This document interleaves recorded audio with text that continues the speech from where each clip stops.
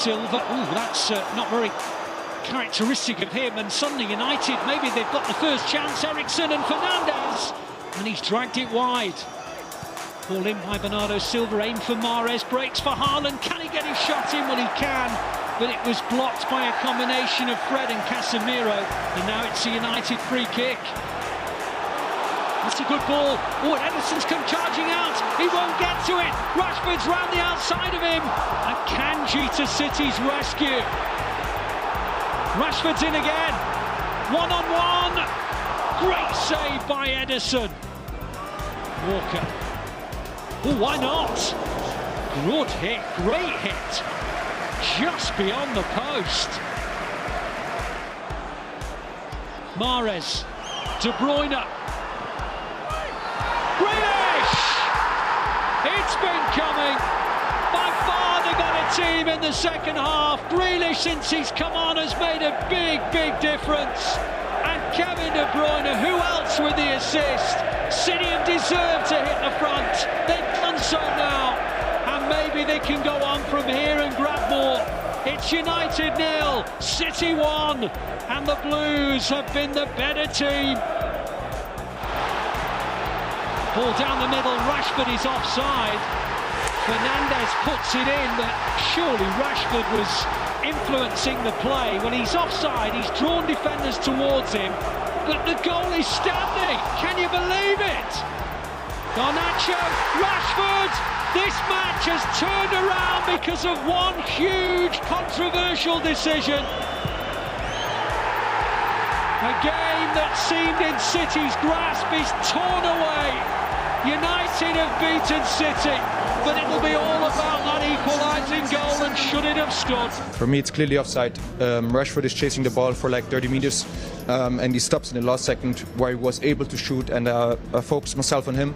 And then I think Bruno Fernandes tells him in the last moment that he's not in an offside position, he can take the ball, but obviously Rashford distracts me and Kyle from, or he's preventing us from taking the ball because he's like 5 meters in front of me. He's clearly in an offside position.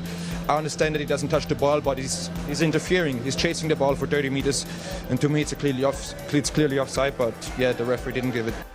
Well, maybe this is the right time to play him. Maybe this is. If I was Conte and Spurs, I'd be like, oh, they're going to be really annoyed. They're going to be absolutely furious. And yeah, I think the lads perform well, and they know that. And I think that'll be the thing that they'll go into the next game. There are times when you play a game and you lose and you think, oh, we've lost. But when you've performed well, you go into the next game confident and positive. So the players will be that way. The takeaway that the players will take is when we've got that momentum and it's 1-0 and it's a top team or a tough team that you're playing, can we just get that second goal? Because I think the second goal for us at that point would have just totally killed the game, because they would have been dead and buried. I tell you what, I obviously wouldn't say no to that happening right now. But it's the one, I think that's the thing that City need this season now. Simply because you look at the setup of the season so far, we haven't put a run of victories together. We haven't put one of those runs of 4, 5, 6, 7 games. There hasn't been that sense yet. And we tend to see it from City in the second half of the season when they go through. I think the Centurions year is the odd one out there where it was in the first half of the season. But there's no reason to believe that this City team, on that performance today, aren't starting to find their feet again into this season and get going. Southampton game, it wasn't good enough, and we knew that we needed a reaction. And Gundogan came out and said it wasn't good enough and that they needed a reaction. And Guardiola implied that as well. And all the context was that we had was City have not been at the best, and we need to be better. So whatever they did, basically, it literally worked. So it felt like that the refocuses that needed to happen actually did, and that to me is really reassuring, because you can tell that they're aware of their own shortcomings there for the last couple of weeks, and that reaction to me and the manner of it, that to me is really, really encouraging. Since day one, the people change, the team change, the opponents change, and you have to change as well. I know who you are as a player. I know who you are as a team. We are not the same for the day one, but that is the secret. Is that the goal that wins their 4th title in 5 years? When you win a lot, it's impossible to do it without the support of your hierarchy. It's impossible. And when you have that, all you can do to do your best. I've done for the day one, and we do it until the last one. one of the best, most incredible performances I've ever seen. I love my job, and I have everything. I have everything to do it. I cannot be in better place right now to feel like still I can do my job. You are so good. You are so good, all of you. Guys, orange with the ball. You have to be so aggressive The incredible, beautiful memories that we had together, and still I have the dream to achieve more. I know what the club wants. I will fight for that. The only title we don't have is the Champions League, guys, but nobody's going to give us. If you want, you have to take. The job is not done. I still have something more to do. That is my feeling still right now. That's why we will continue to be together.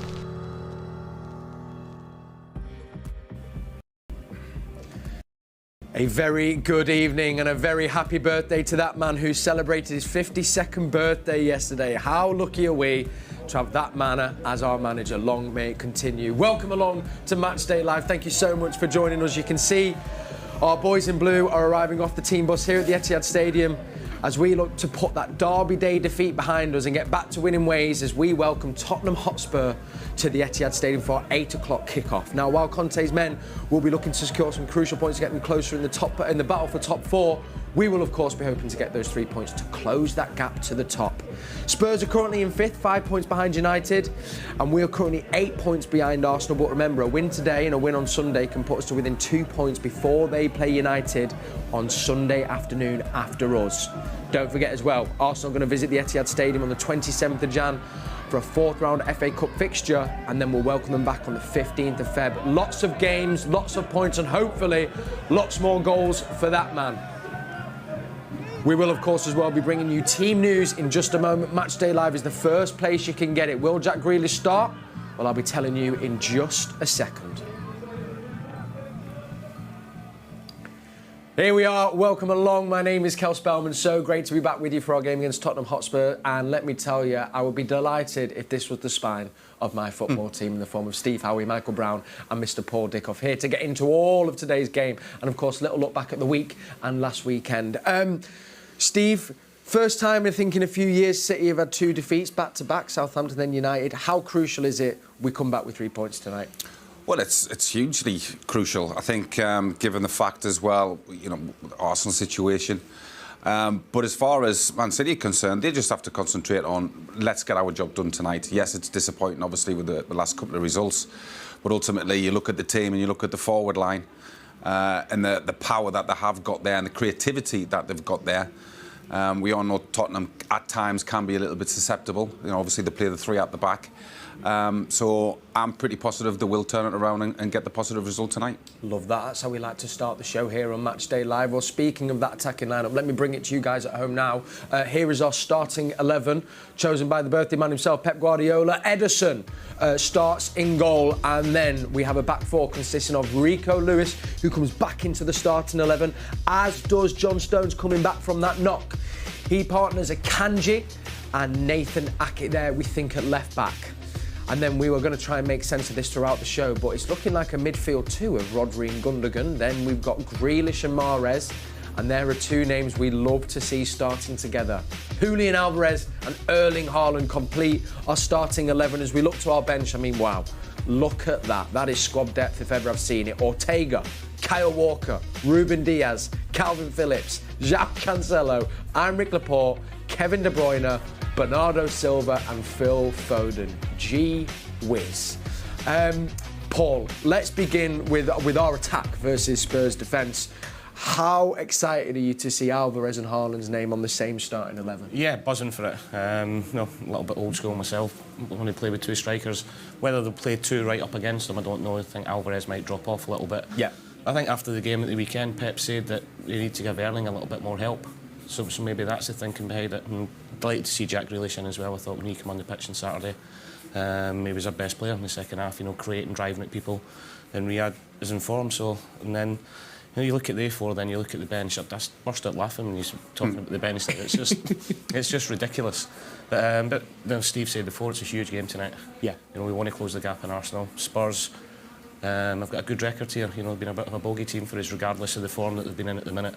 So, but it's all about getting the 3 points tonight, and with that team and that front four, we're usually saying a front three. That front four is going to cause Tottenham a lot of problems, especially when we're having three centre-halves. You know, if you've got one, if it's just Erling Haaland that's up against the three centre-halves, it can be quite easy for them. Yes. You know? But if you've got Alvarez floating in and around them, it's going to cause them a lot of problems. And then the two wide players pushing their wing-backs back. So that's, I would imagine that's the thought process behind it. So just to clarify, if for us all, we're thinking formation-wise then, is it like a... I don't know, is it easy sitting in behind? We're going to see on the pitch, but do you think them two will be wide and maybe Alvarez just behind Haaland, do you think, possibly? I think the 4-4-1-1. And then when we've not got the ball, I'm sure Alvarez will drop back into the midfield and help the two midfielders out in there a little bit, 'cause he's got the energy to do that. Brownie, if you're Spurs defence and you're looking at that forward four, I mean, how do you go about containing the talent that's on show there? Well, they've had a bad run, haven't they? Yeah. Conte loves the back three, but will he change as well? We're looking at all sorts of different ways, and Pep Guardiola obviously gets Alvarez at the top of the pitch, Kevin De Bruyne, and that might have obviously influenced that decision if, for whatever reason, Kevin wasn't ready to start the game. But we could also see, could Jack Grealish come inside? Could there be a front three? Could we see Alvarez go as a wider one today and then come inside in good possession? We see Pep Guardiola make so many changes, but what we do know, he likes to start with a high press on top of whichever team he plays against. But no, we could get a surprise. This is Pep Guardiola. We're trying to say, well, it's very simple how he's gone and set up. We're all having that debate, aren't we? Whether it's Alvarez supporting Haaland, whether it be a wider position. I'm really looking forward to see how he goes and does that. Whether Jack Grealish is coming inside or whether he's going to be left and Riyad Mahrez right, who's had some success. So who knows? Who knows? I think the problem Tottenham will have is Dickie was sort of saying there, if you're just playing Haaland up front on his own, then yeah, it's pretty comfortable for the back three, the three that they're playing. But obviously with Alvarez, if he just drops in that hole, then there's a massive communication between that back three and the midfield. Does the midfield player drop in, or does one of them come out? So therefore, that could cause problems. And yes, they might be able to handle it for 80-85% of the game, but all of a sudden, just that one time, one of them doesn't drop or one of them doesn't go in there, just creates that space. I think it's important that they run behind, though. Yeah. The others attacking players turn this Spurs defence around rather than play. Yes, you can have Alvarez, in the hole in the 10 position at times to be the extra midfield player. I really feel they've got to get him behind. He's got the energy. He can do both, Alvarez. Yeah. He can drop in there. And if Henry's going to be running behind, he's the one that he wants to do that. He wants to buzz around everywhere. 1 minute he's left, 1 minute he's right, he's closing down, he's dropping off, then he's always looking to spin in behind. It makes defenders think, obviously if I'm playing against somebody like him, which I had done, and he's a pain, I would have said something worse, because I have called him worse. He was like a wasp, like an annoying wasp. Yeah. But he would go down the channel, and then he would go short, and then he'd go down the channel, and sometimes he would fake to go long and then come short and get it. It's difficult for defenders, because you're always just thinking, listen, I'll just drop and drop and drop. And then that again opens up a lot more space for the lads that's in that little pocket. Has that been, and obviously I think, I want to prefix this with, no one is, Haaland probably can, but we're not expecting him to be scoring braces and hat-tricks or a goal even every game. But it has been a little bit noticeable in Everton, Southampton, a bit in the derby as well. Do you think being so isolated, and maybe because we've not been able to get up the pitch as much as we usually do, that has played into the defending team's hand, because they have just man-marked him and sometimes had two on him, so we can't do much? But I look around as well, and I think it's, the team, as good as we are, haven't been at their best. Yes. And Erling Haaland, he thrives on chances getting created for him, otherwise he's not going to... and I look back to the game at the weekend, I think he had one half chance that was created for him where he went to volley it but then took a touch inside that ended up getting blocked. And apart from that, in the other games as well, Chelsea, I can't really remember him having any clear-cut chances.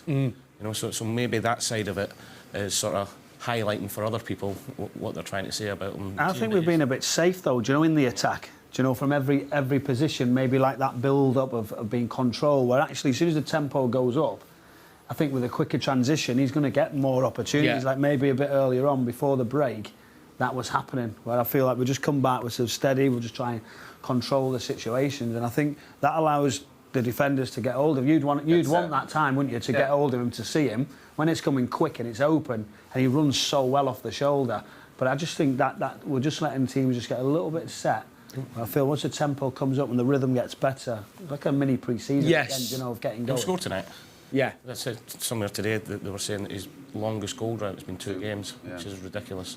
And he's on 2 at the minute, so I can't see that continuing. No, 2 games is not a goal drought, is it? Come on. No. It's so true. And just a final word on that, because you've mentioned there maybe we've not been at, the free-flowing best we used to. Do you still think as well we've got a kind of a perspective, and this for everyone outside the club, that he's only been here for, less than 6 months, and Steve, it's still very much Haaland getting used to the way City play, and City actually getting used to having Haaland in the team as well and finding him a little bit? Yeah, I mean, because City had played for a good period of time without him. Maybe 2 years, yeah. A main centre forward or kind of a main man. So, of course, I think it's a little bit of both.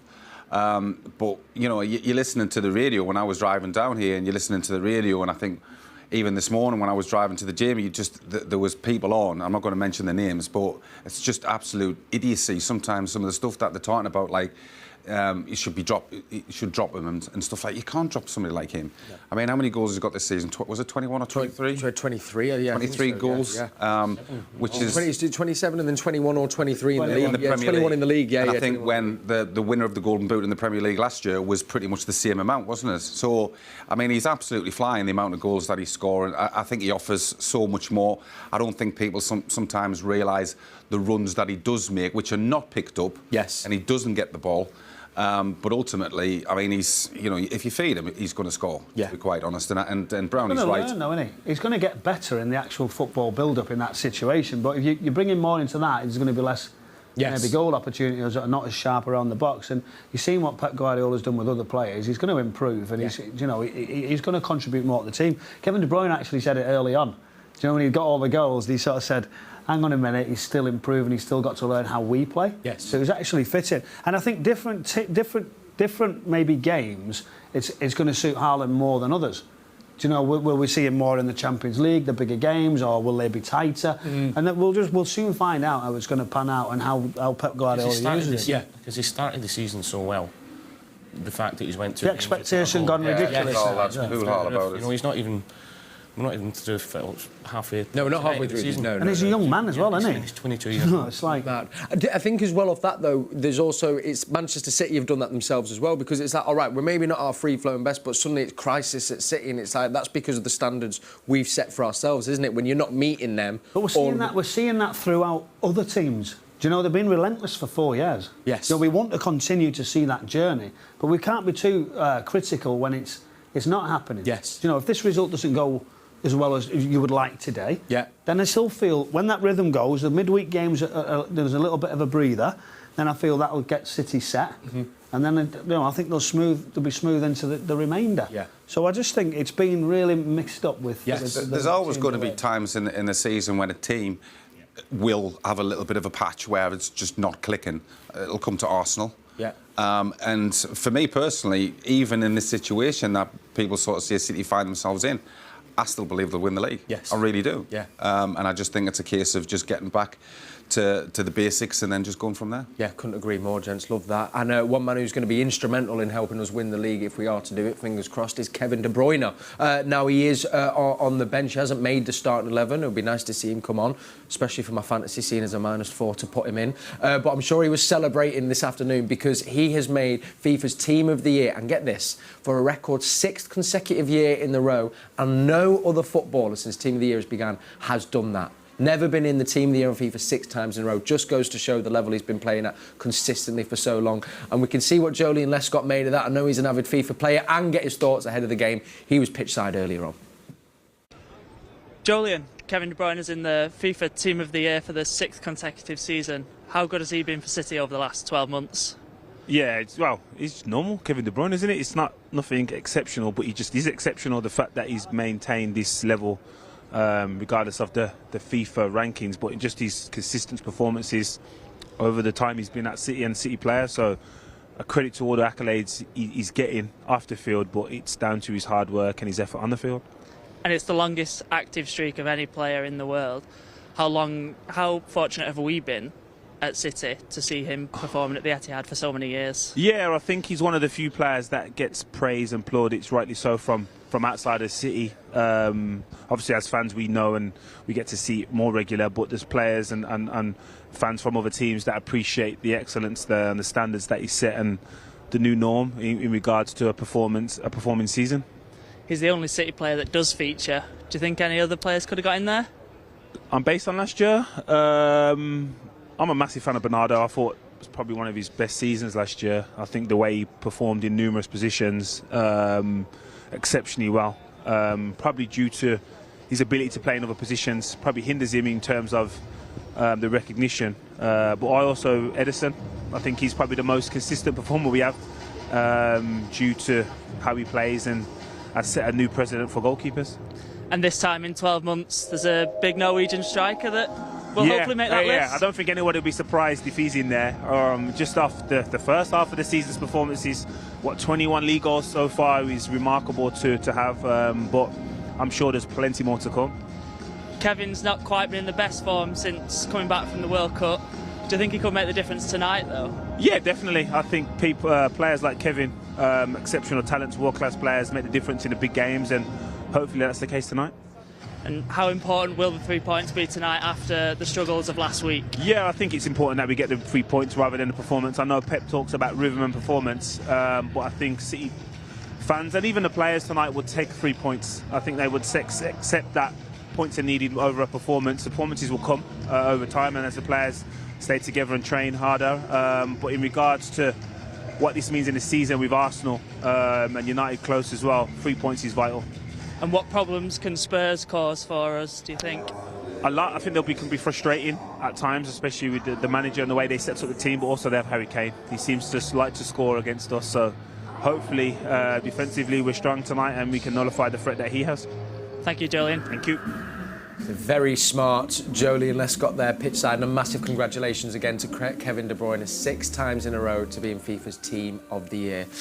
Now we have to do it. I know I'm still not quite over it, as I'm sure all you guys at home aren't, but what better way to dig into it than with these 3 fine gents next to me. The derby at the weekend. Brownie has to be said, some brilliant commentary with Alistair Mann, and I know you said as well, I was there. I mean, we very much felt like we controlled the game, and it kind of, the goal was coming, and I felt deserved, wasn't it, the Grealish goal? Yeah, I think in the first half, I think City could have played better, for sure. Manchester United counter-attacked on a couple of occasions that could have caught City out, but I just felt at half-time you realised Pep Guardiola was going to make some changes. The intensity went up, the runs came inside, full-backs getting inside, running all the way, midfielders making better runs, Kevin De Bruyne getting in better areas. It was quicker, it was faster.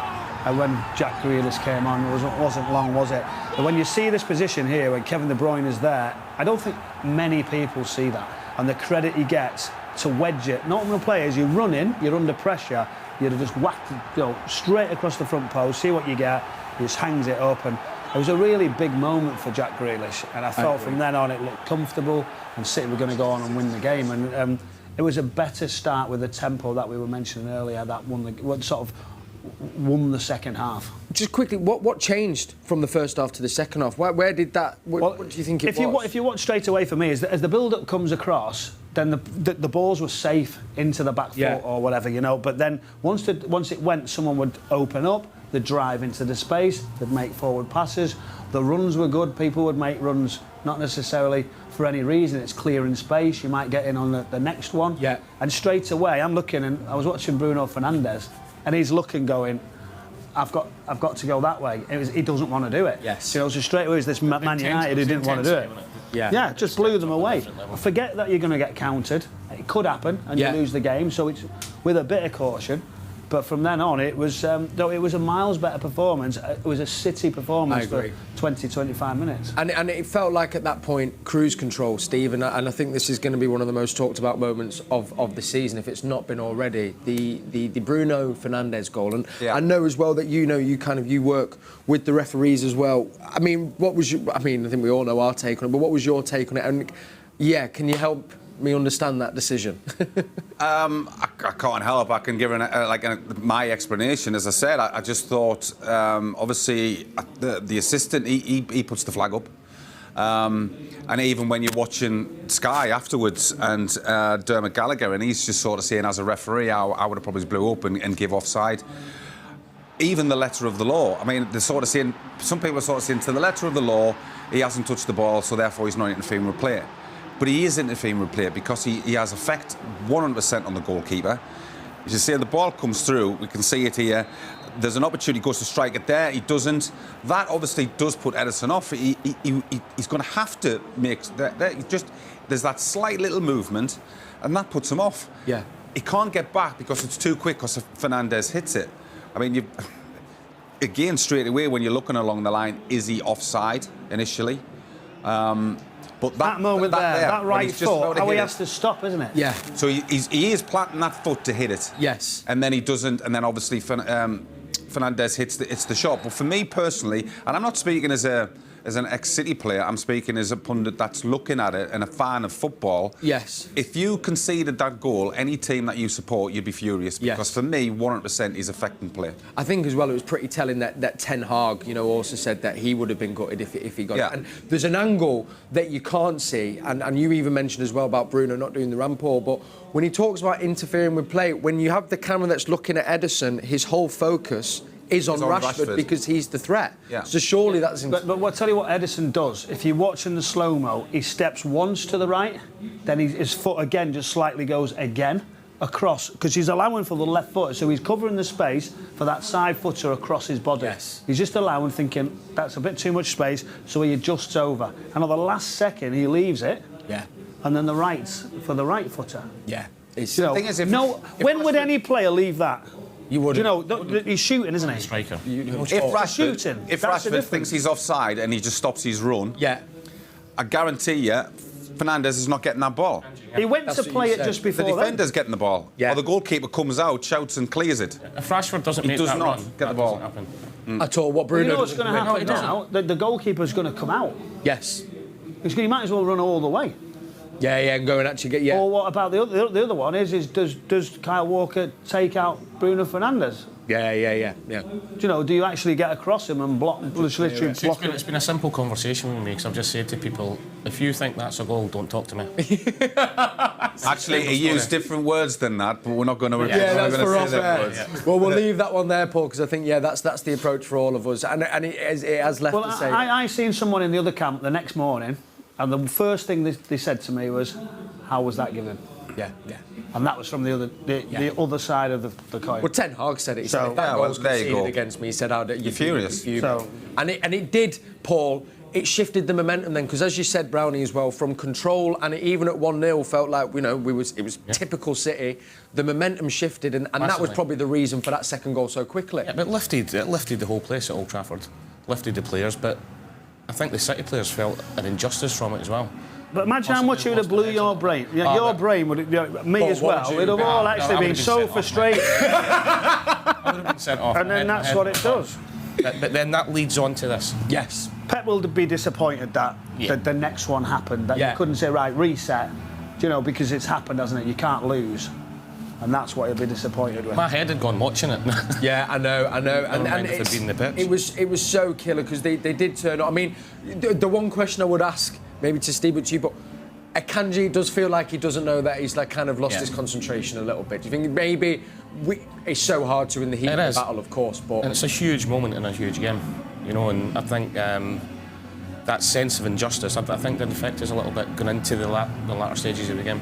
Do you know when you talk about... Sorry, Kel. When you talk about the decisions and you're in the referee's perspective and you're the matchday managers and you're all there, or assessing referees, etc., do you know, are we overthinking some of these decisions that were actually quite simple? Yes. Because we're going to the letter of the law and we're trying to be... is it too structured? Referees will always go to the letter of the law, but, I mean, it sounds stupid, but sometimes it's one of them ones where you look at that and you know, for a football point of view, it shouldn't have been given. Well, because I wondered as well, I asked a question to my friends, before we brought in VAR, and where now Linos will let it go, would not 3-4 years ago, the minute that ball got played, the Lino would he have not just lifted his flag to say offside? So are we saying, we've got a letter of the law here, so are we saying, you've mentioned Dermot Gallagher, and we've got Michael Oliver on VAR, the lead referee in the country, are they now on the same page and same agreement to say, right, after reflecting and after looking, then we've made the wrong decision? Because I personally still think there'll be some of them are thinking it's the right decision, and some of them think, and this is our referees who are running the whole... We haven't got transparency, we haven't got the VAR chat. We want to hear what they're all saying and an outcome. Did it even go to VAR though? VAR looked at it, but they said to overturn the on-field decision was going to be difficult. But then, how do we know? Because I'm getting lined up again. Let's move on. Yeah. As Paul said, if you think that he wasn't interfering, then this will be no conversation there to be had. But it will not define our season, and hopefully we'll put it right tonight with 3 points against Tottenham Hotspur. Remember, I said at the start of the show as well, we play twice before Arsenal play on Sunday, so we can go within 2 points, which will put a bit of pressure on. So fingers crossed we'll do that. But we've got to get past this Spurs team. It looks like this: chosen Antonio Conte. Hugo Lloris starts in goal, of course, captain there. Then we have Emerson Royal, Eric Dyer, Romero and Davies at the back with Perisic, Holberg and Bentancur and Kulusevski alongside Son there, and Harry Kane completes the starting 11. Gents, looking at their attack, and Paul, you said it at the start of the show, they are a bit of our bogey team. How do our defenders go about keeping Son and Kane, and Kulusevski's just come back into the side as well and has been in some good form? Yeah, look, they're 3 top players, and they all do seem to do well here by hitting us in the break. So it's just having a bit of cautious about you. As Steve will tell you as a defender, you know they're quick, they know they're going to be direct. So I think it's just your concentration levels, because we're going to have loads of the ball today. Yeah. Our centre-halves are going to be stepping in, our full-backs are going to be pushing on, or even tucking in as well, as we see. So there could be times where the 2 centre-halves are really going to be switched on, because as soon as the ball breaks down, Tottenham are going to look to hit Son, especially. Yes. Anyway, and I know he's having a bad time at the minute, but he always does well against us, especially here at the Etihad. And how do you think City's defence can better cope with, Son when he is firing, and obviously the other side and with Harry Kane, Steve? What would you like to see today? Well, it's communication and being switched on. If you're talking and get yourself in the right position to start off with, rather than possibly taking a chance. Because I don't think with top players, likes of Son, likes of Kane, you can't edge your bets if you want. You've got to just make sure that you're in the right position, and you can't, as you would say, as a defender, you shouldn't, but some defenders will just cheat a little bit and think, well, might get away with this. With these top players, you can't, because they will punish you. As Dickie said, you'll see Manchester City have a lot of the ball, but they will break, and they'll break quick. You know what Kane's like, he tends to drop in sometimes and set up play, but Son's away. And as the boys have said, like we all realise, Son's had a bit of a sticky spell. And even at the start of the season, he had a really sticky spell, then came on a sub and then scored a hat-trick. But as we've said, he seems to for some reason come alive here. Yeah. So let's hope he doesn't. After him though, Steve, do you know, as a centre back, you're John Stones or yourself, and you've got your full back, you've got Son who's pulling out into the wider areas, but we've also got a youngster, Rico Lewis, who's going to be drafting into that midfield base and then coming back. Do you know where's the right ground for him at the right time? Do you know, because that's so tough, isn't it, in this type of setup? Well, it is. Because you've got someone like Son, you would have thought he would pull out to the left or pull out to the right. He's quite comfortable on either side. But you're basically putting your trust in your full-back, so you're putting your trust in your other centre-half. So if you're one-on-one, you want them to get that challenge in. Sometimes they just won't get the challenge in because he's a good player. So a Stones or a Kanji got to allow, have they got to move their position? Because you've got Kane central. They've got to make sure, just in case. You fill that space on that channel if Rico Lewis is... You've always got to be a cover for your full-back. So if I'm playing right side of centre-half and I'm with Lewis, say, I'm putting myself in a position, I'm making sure my other centre-half is reasonably close to us, but he knows where Kane is, you know where Kulusevski is, but at the same time, if he gets past his man, which is my right-back, I'm there to try and get in there as quick as I can to nail him. I think we're talking about the centre-halves. I think Rodri's massively important again today. He's been excellent, we all know that.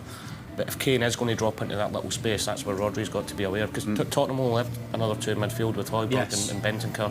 So if Alvarez is going to drop in without the ball, make it... Do you think that's why Pep's done that? Do you know, with the 2? Yeah. Do you know, because he thinks there might only be 2 with the front 3. Yeah, so he thinks, you know what, of all time, we go 2 Rodri that chance to have a look for Kane when he drops in, to save one of the centre-halves going in with him when Son's went to run in behind. Yeah, and do you think, though, it's going to be interesting to see, because City are so used to having that triangle in the middle, to actually see how Gundogan and Rodri get on just the 2 of them, Paul? Yeah, I think they're top players, intelligent players, so they'll be fine with that. And I think the biggest job defensively is going to be Alvarez dropping in to help out. And Tottenham. It could be Jack as well, you know, that Jack could get a different role inside, we don't know, but I don't know. I mean, literally, it's just the counter-attack. You've got to be sure 100% we're not going to get done. Absolutely. Well, you mentioned it there, actually. I want to focus on Rodri because, I was lucky enough to be there at Old Trafford at the weekend, and I mean, I think we've all thought this all season, as you said, Paul, but he is like a Rolls Royce, and for me, Brownie, and you know that position well, I think he's the best holding midfielder in football at the moment. I don't know if you agree, but why does it seem that his game has gone to another level? Because we always thought, could we replace Fernandinho? It's true, isn't it? Well, you can see on the screen what he does. Do you know what I mean? Yeah. Like, literally, I mean, he's such an ultimate professional now. How he's getting better and better. How he's comfortable on the ball. How he's filling in positions. And actually, you talk about Haaland improving under Pep Guardiola. Do you know what was Rodri done? Yeah. Do you know he's literally incredible now. I think he still needs to possibly. This has been a little bit critical. His longer passing would be something. Still would be next. Those diagonal passes to get the wider players in a little bit better, and as well maybe cover the ground at times a little bit quicker than he does. That's probably, if we're being to talk about a ultimate midfield player, and that's been really critical. I know we're saying it this season. I thought over the course of last season he was consistently our best player. I agree. I know obviously Kevin De Bruyne is one player of the year, and there's other so-called flair players that seem to get the attention, but for me, every single game he played, it was so important to us. He does what we would class as, he does the donkey work, and he does the jobs players don't really want to do, but he does it so well, it kind of doesn't really get noticed. But if he's your teammate, make no mistake about it. The midfielders hold it together. So much. These defenders get protection and these get service. All you've got to do is tackle, tackle and give it. Yeah? That's all you've got to do. Yeah.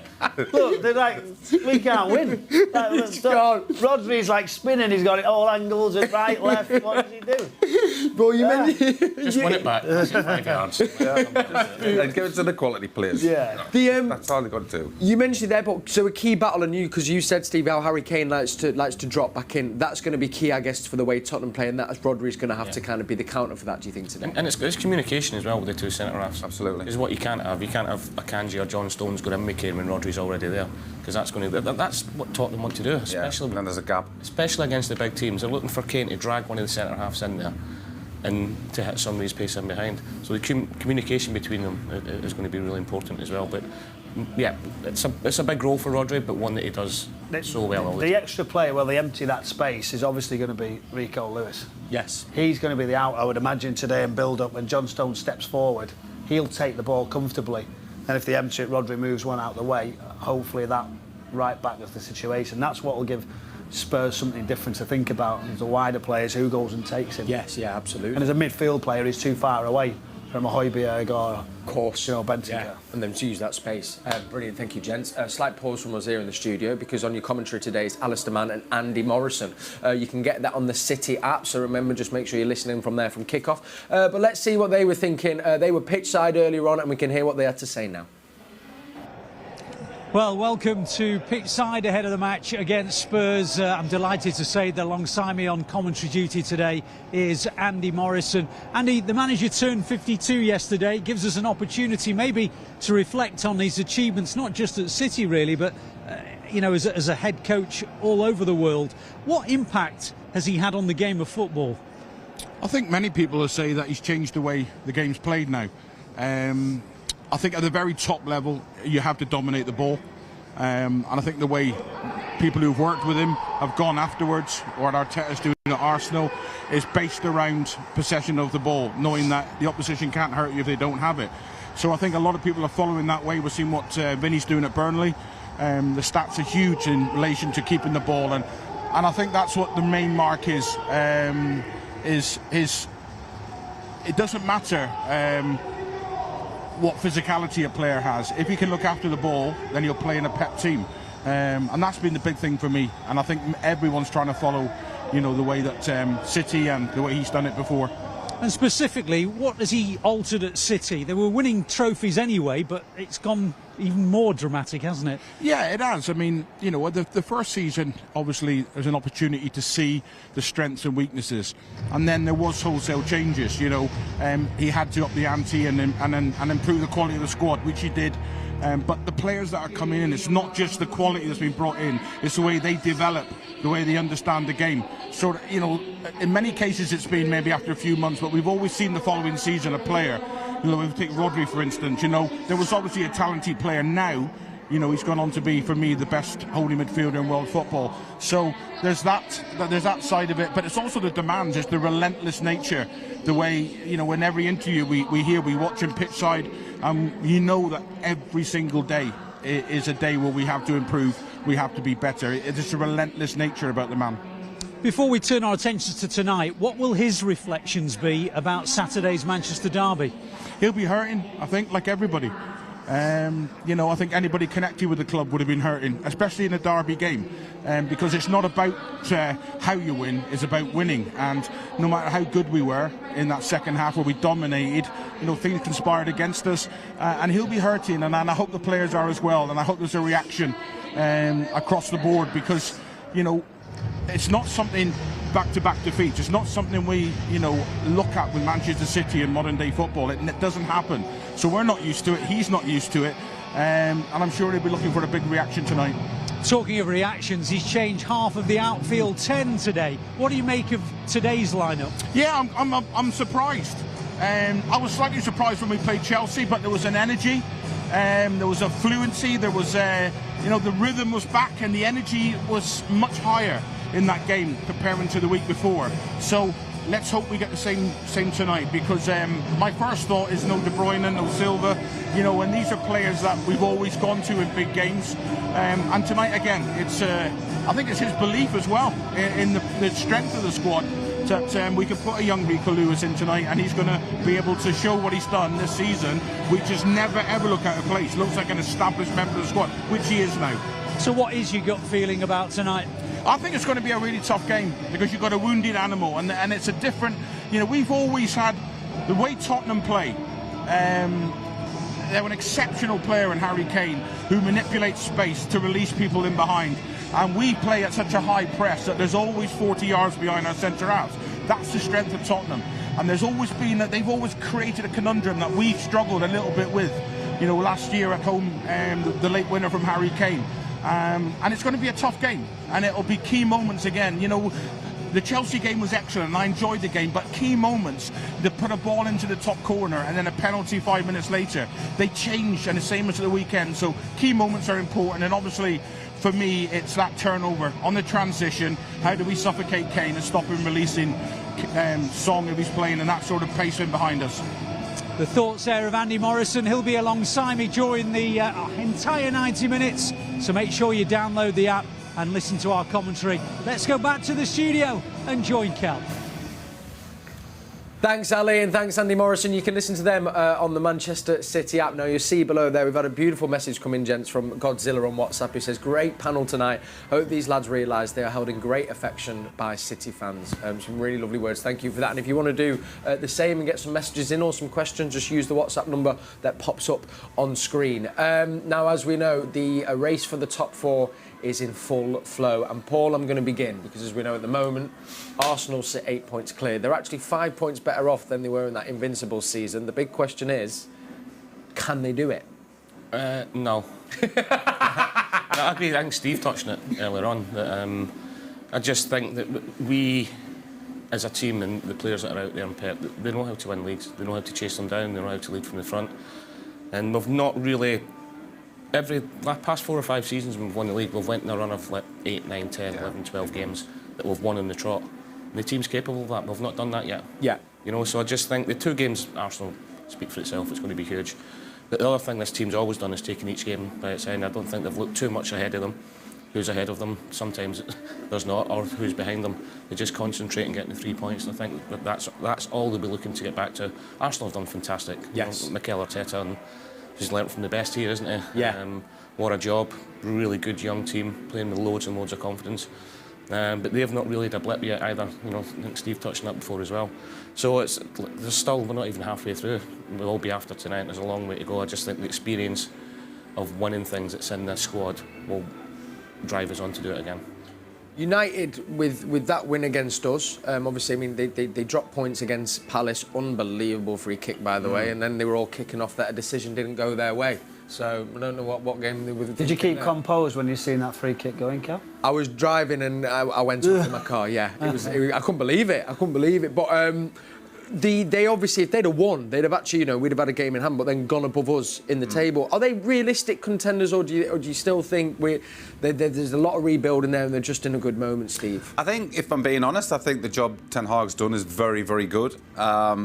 You look at Rashford, his run of form's been excellent. He's been kind of the catalyst, really. Obviously, the result for them yesterday wasn't great. It's a big game for them as well at the weekend. They've got Arsenal, which it'll be interesting to see how they get on. As Dicky said, they've Arsenal's got City to play twice, and of course they've got that big game as well against Manchester United at the weekend. By all accounts, it looks as though Arsenal might have signed Trossard from Brighton, which is a good signing, to be quite honest, because he's been excellent. But like we said, like we discussed before, City are more than capable of actually putting together 7, 8, 9, 10, which they have done, wins on the bounce.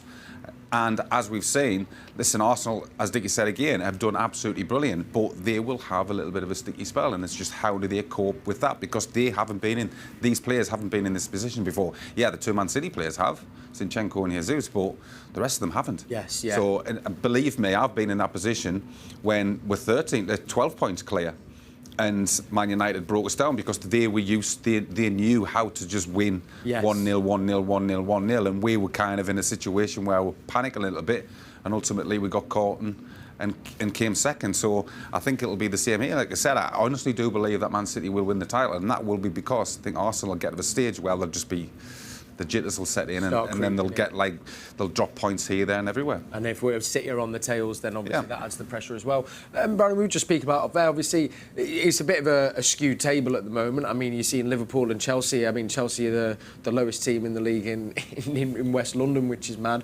What's happening at Spurs at the moment? I mean, it's a very difficult situation. It seems to be a difficult situation there at the moment. Do you know, this word keeps coming up, Spursy. Do you know, that's what they call now about the inconsistency. At times they're unplayable, really good attacking style. I think Conte's gone in, he got results, he managed to get them a little bit fitter, a little bit better organised.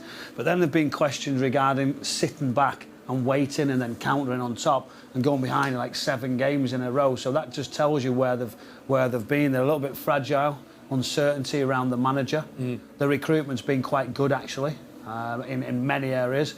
But still, overall, in that squad to go on to the next level, they don't seem to be able to get there. Yeah. So, wonderful training ground, wonderful stadium. The recruitment's been good, but in some areas. Yeah, the recruitment in the main areas, if you're going to play 5 at the back, is your centre-halves and your wing-backs. Yeah. And you look at the players that, I don't know, Romero came in last season, but the other players have been there. But if you took Kulusevski and Bentancur, you'd say, right, they're good signings, they're like mainstays that can actually develop your squad and go further on. Yeah. But centre-back wise, it's still being an issue. Davies coming in, no disrespect, but you would say to be at the top level, that'd be the one. And in the wing-back situations, we've seen obviously different players doing out there. Sessegnon had a tough time at weekend. He didn't play today, he didn't play Perisic. So, I mean, they bought Jed Spence for, he's hardly featured for them. But yes, he was one for the future. So in that right wing back situation, could that have not gone somewhere else, maybe on a loan fee? As Brownie was saying though, that Tottenham have got a bad habit of going behind and not actually starting to play it until they go behind. But having said that, I think they've got the most points from coming from behind positions than anybody else in the Premier League. So it just goes to show they have possibly got that resilience to come back. But it just goes to show that they start off pretty poorly in a game. But if you start off, not at it against a team like this, there's no coming back. You've had recruitment over the years for actually to be flair, to be more attractive on the eye, to go forward, and then all of a sudden you've got a Conte who wants you to be tough to come back and be hard to beat. With then on top of that, you can come out and play within your shape type thing. But that's going to take several sort of windows to go and implement those changes. Yes. But then the Spurs supporters, as soon as they've sat in for a period of time and they haven't got those results, that sort of uncertainty and that sort of negative energy's turned, and we've now got that sort of weird effect where the manager's not signed a contract, Daniel Levy, we're not having any voice from him and director of football, etc. And then there's just been a bit of a divide. It's tough for them. I mean, I don't think we should talk about Tottenham without mentioning Harry Kane though. We're talking about them struggling in the league. He's about to equal the all-time record, isn't he? Or beat the all-time record. One away, is he? 1 or 2 away. Really? One. Yeah, He's one goal Andy's away. the second highest goal scorer in the Premier League this season. And that's just it would be the top. It's just that Erling Haaland's ridiculous. Yeah. You know, so for all we're saying that, I know they're dangerous, Spurs. That's what they are. 100%. If they start well and get that count, we've seen here, didn't we, before, where obviously there's that space, you're in control, you're up the pitch, one spin, and then they get in those areas. So you find sometimes teams don't allow those spaces because it's Kane, Son, Kulusevski, but City might. Yes, yeah. So it's going to be interesting. We're going to bring you. We'll go back into our teams in just a little bit, but before that, it's non-stop at Manchester City, and it's even more non-stop when looking at the CFG, of course, the City Football Group, which looks at the whole of Manchester City. There's clubs abroad and all our teams here, from our academy to our women's, and it's been an unbelievable week. And also, I know the team behind this show have been incredibly busy because it has been non-stop. We begin with our women's team, who have gone within 6 points of the top of the WSL now. I think they've won 10 games, and there is Kadja Bunishaw back to the leading goal scorer in the WSL, giving us that 1-0 win against West Ham, and that's now an unbeaten run of 11 games. And we are into as well cover the next round of the Continental Cup as well. Then we move to Ben Wilkinson's youngsters. They welcomed Brighton to the Academy Stadium in the FA Youth Cup and came out 4-1 winners and progressed into the next round. And I want to give a special mention to Lawrence, but Ndala as well, which I think it might be this. I think, is it this goal from Ndala here? I love the look of this lad here. Watch this here. Watch this. Hello. See you later. Woof. That looks like a City player if ever I've seen one. Tricky, pacey, and puts the ball in the back of the net. Massive congratulations to Ben Wilkinson's boys there, through to the next round of the FA Youth Cup with that 4-1 win. And Paul, our age groups just seem to be excelling across the board, don't they, at the moment? Yeah, they do. And I don't know, we've said it many a times when we've watched the EDS lads. It's like watching the first team. You know, the way they play. It's the same with Gareth Taylor with these women teams. You know, the philosophy, the style of play is there for everybody to see. And you know, the people at the head of the academies have got to take so much credit for that as well. You know, the player, the under 12s will play under 13s will play under. They're always playing a level an age up. So when they're needed to go into the 23s or the 18s, that they know what it's about already. And then this was just last night in Leicester. This was last night, spot on again. I mean, a former club of yours, but then they were back in action again. This was in the FA Women's League Cup, and they topped the group with that win against Leicester. So it is non-stop, and you can actually catch some of the games from our academy and from the women's team on City Plus as well, or on recast. So if you're ever there thinking, I want a bit of City, I want to enjoy some City football, any of those teams can bring you that. And massive congratulations to all the teams I've mentioned there. Right, let me just recap your Manchester City starting 11. If you've just tuned in, thank you for joining us on Matchday Live. Ederson starts in goal. It's a back four of Rico Lewis, John Stones, Akanji and Nathan Ake. And it's all changed a little bit. It's Rodri holding alongside Gundogan, who captains the side. And then we're going with just a forward four of Grealish, Mahrez, Julian Alvarez and Erling Haaland starting together. So great to see for us City fans. And that bench is just a joke. I mean, that's a whole team in itself. Looking at the other end of the pitch, well, just a quick word. We touched upon it before, Steve. Rico Lewis coming up against Son. I mean, to be fair, he did it against, he was against Liverpool's wingers. He's played Chelsea wingers. Another big test for him though today as well. Well, it is, but the evidence that I've seen of him, he's more than capable of handling it. And surely, the biggest thing for him is the fact that if you've got somebody like Pep Guardiola that's got confidence in you, then that must give you a massive boost. Yes. Because he obviously thinks, listen, I've got a very, very good young, talented lad here, and I trust him.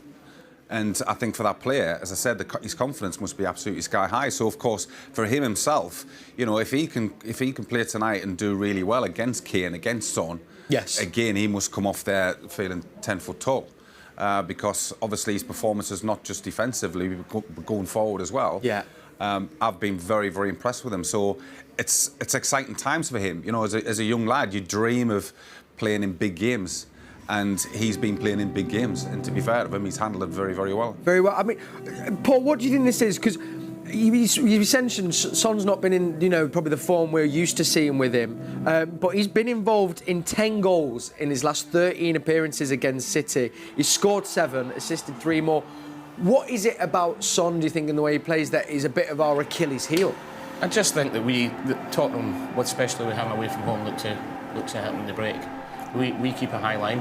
Yeah. We keep the ball. And you get teams, and it's weird that you, in grounds that you like going to, and you get a feeling as a forward that you're going to score. Yes. You know, it's weird. You can't explain why, but it just happens that way.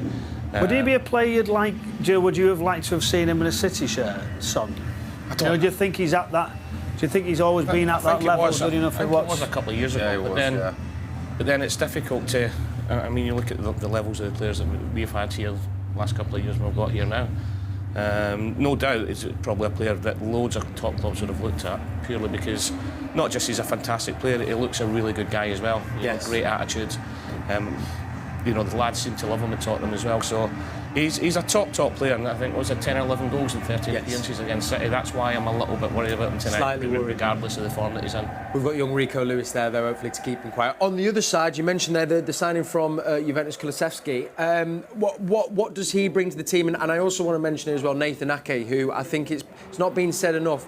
Just the job and how I think phenomenal he's been all season for his Nathan Ake. He's done really well, and that was what we were talking about. Fullbacks not have to go too far away, so they can just shuffle over. Rico Lewis then can go into that central position, so you can shuffle as the three. Nathan Ake doesn't have to go too far away, but he'll have his work cut out with Kulusevski. I've watched him a few times. I've covered him internationally as well. He's got this energy, this desire, this quality on the ball. He just keeps going, and he's got wonderful technique and score goals from any areas. And they've missed him that he's been out, because he's been a real sort of plus point for Spurs. But he never gives up. I don't know. He's just this great talent of moving the ball under pressure, in and around you. And I think he could be a real tough point for Nathan Ake, depending on where he goes and where his position is on the pitch today. Absolutely, and John Stones comes back into the team as well, Steve, and again I think great World Cup, but again I miss him now when he's not in the team, because I think he's been brilliant this season. I've always liked him. I can remember watching him as a young lad when he was at Everton, and I can remember having a conversation with Roberto Martinez when he was still at Everton, and I asked him about him, what's his attitude like, what's his dedication like. And he was saying he's a top lad and a top player who he will become a top player. He's got all the attributes. I think initially when he was at Everton, for me, I think he took maybe a couple of chances. He would try and overplay a little bit. But I do like the fact he likes the responsibility of having the ball at his feet. He likes the responsibility of trying to set up attacks. He does break out of defence. That's Pep wants him to do, and defensively he's got better and better. So for me, as I said, I've always liked him, and in this team he's just getting stronger and stronger. And as you said, I think for me personally, even though we have got very good defenders, and particularly centre halves, I would always put him in Steve, do you know with one of the others. He takes the ball like he does? Do you know, in those areas as a centre back? Do you know, you must be thinking, wow, it's like nobody does it like him, does it, under that sort of pressure? Do you know, as you've been next to him, how do you feel? Do you know, like looking across and he's, have you got that ultimate trust in him? No, but you understand what I mean? He does this in top games under proper press, and he still has the composure to do it. I can remember Kevin Keegan, when I first started in Newcastle, he wanted me to come out, and one of the very first games I tried to come out with the ball, I actually fell over it, and we conceded a goal. But for me, I think as a player, if you're a footballing defender, you want that responsibility. You don't want to be known as what we see as a hammer thrower. Somebody that just heads it and kicks it. He has got great ability. I mean, I played with a player called Philippe Albert as well, who was ridiculously good on the ball. But even here, Dunny. I mean, Dunny, when he got better and better and better every year, and that's why he won so many fans Player of the Year. But I mean, for me, as I said, you could play him in midfield easily, and I think he has at times just gone in that little bit. Take it, but none like John Stones. All of them here can take the ball, but John Stones is just ridiculous.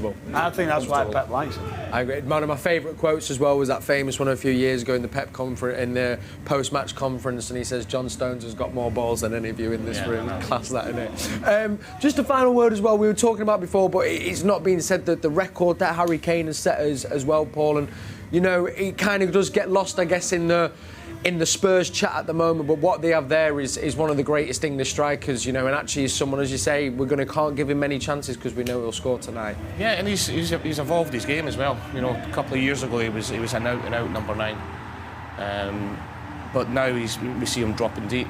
He's playing in the shoulder, and he's finishing with his right and left foot. He's just clinical.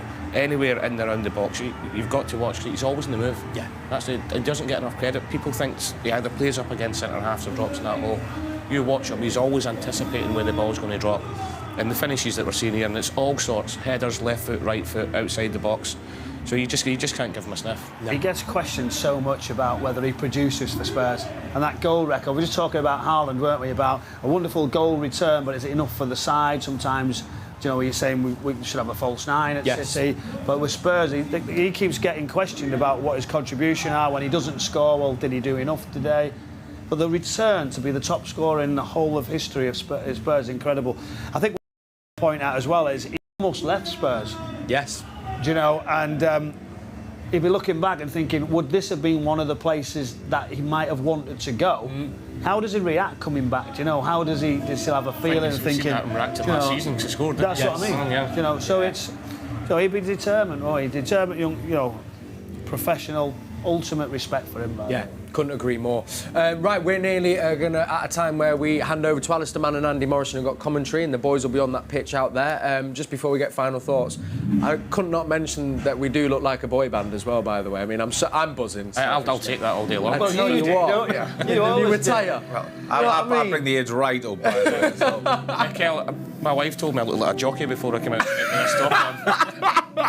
I think you're rocking. Apparently sales have gone up since you two wore that last week. It's the new merchandise. They're all the players are wearing it. You've got to get it on. Follow, haven't we? You've got to do it.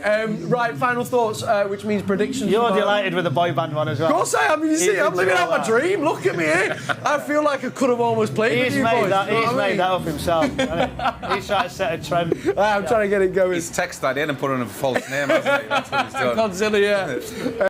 Final thoughts then, gents, which means a prediction. Steve, I'll begin with you. Quick word on the game and final prediction. I actually think it'll be a relatively open game. I think City will have a lot of possession. As we've talked about, I think Tottenham will try and catch the City defence on the counter. But I think there'll be goals. And I'm going to go... Do you want a score prediction? Yes, please. I'm going to go 3-1. Oh, 3-1. Paul's you just nicked it. Sorry. Paul, then you were going to say 3-1. What are you going to say? I'll go even bolder and go 4-1. Oh, lovely. Goals, love that. You looked at me like that in Chelsea, didn't you? 4-0, I said. 4-0. Yeah. Straight away.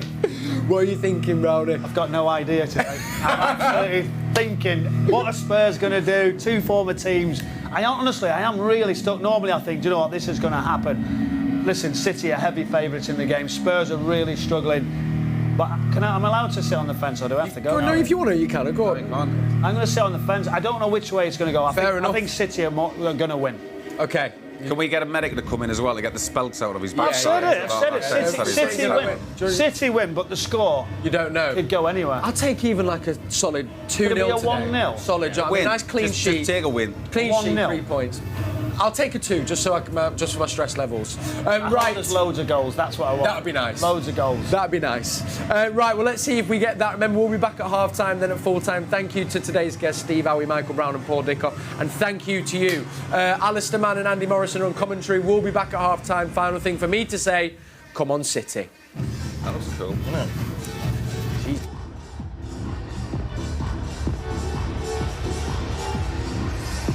Well, thank you, Kel. Welcome to the Etihad Stadium. The light show is in full flow. It is fantastic, actually. And the Blues have become extremely good. Those behind the scenes deserve the plaudits because it is a quite breathtaking scene. Lasers firing across the pitch. The light